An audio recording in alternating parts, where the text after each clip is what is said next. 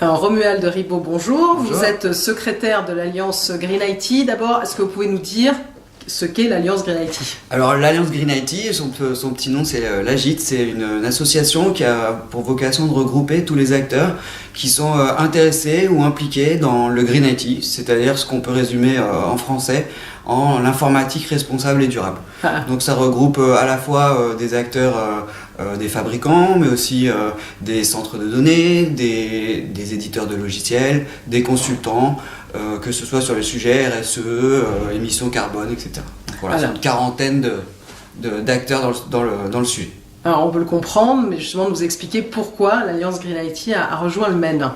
Alors je dirais qu'on partage tout simplement certaines visions, enfin on partage une vision en particulier, c'est cette vision du nous monde, avec un monde connecté, un monde avec des ressources qui ne sont plus inépuisables, et puis un monde où l'humain doit être au cœur de nos préoccupations.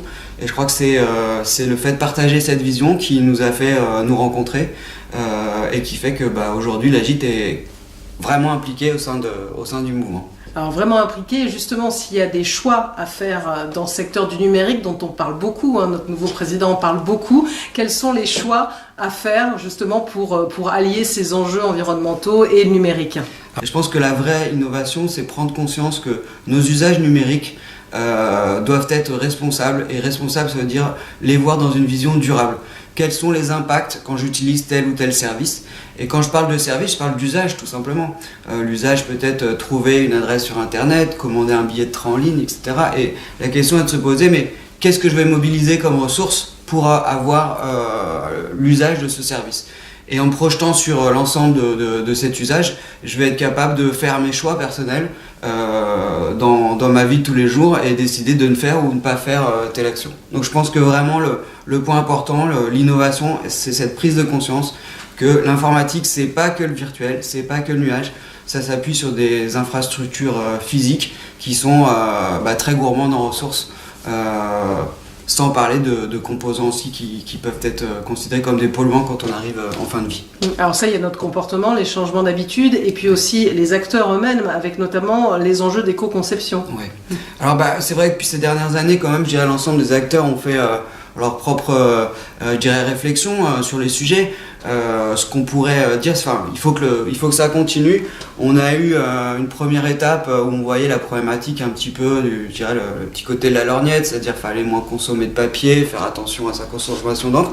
Donc tout ça, c'est des points bien sûr importants. Après, il y a eu une deuxième étape, il y a eu une prise de conscience un peu plus importante. On s'est rendu compte que les clients, les fournisseurs, son écosystème s'intéressent à ce sujet, donc je dois m'impliquer finalement. On est tous citoyens. Et puis on doit passer à cette nouvelle étape de transformation des modèles et parler enfin d'économie circulaire, je dirais à contrario de l'économie linéaire qu'on exploite aujourd'hui. Alors puisque vous parlez d'économie circulaire, c'est un sujet que défend évidemment le MEN à travers d'autres acteurs, c'est très transverse. Quel message vous auriez envie d'adresser à ceux qui peuvent vous écouter là pour dire de rejoindre le MEN?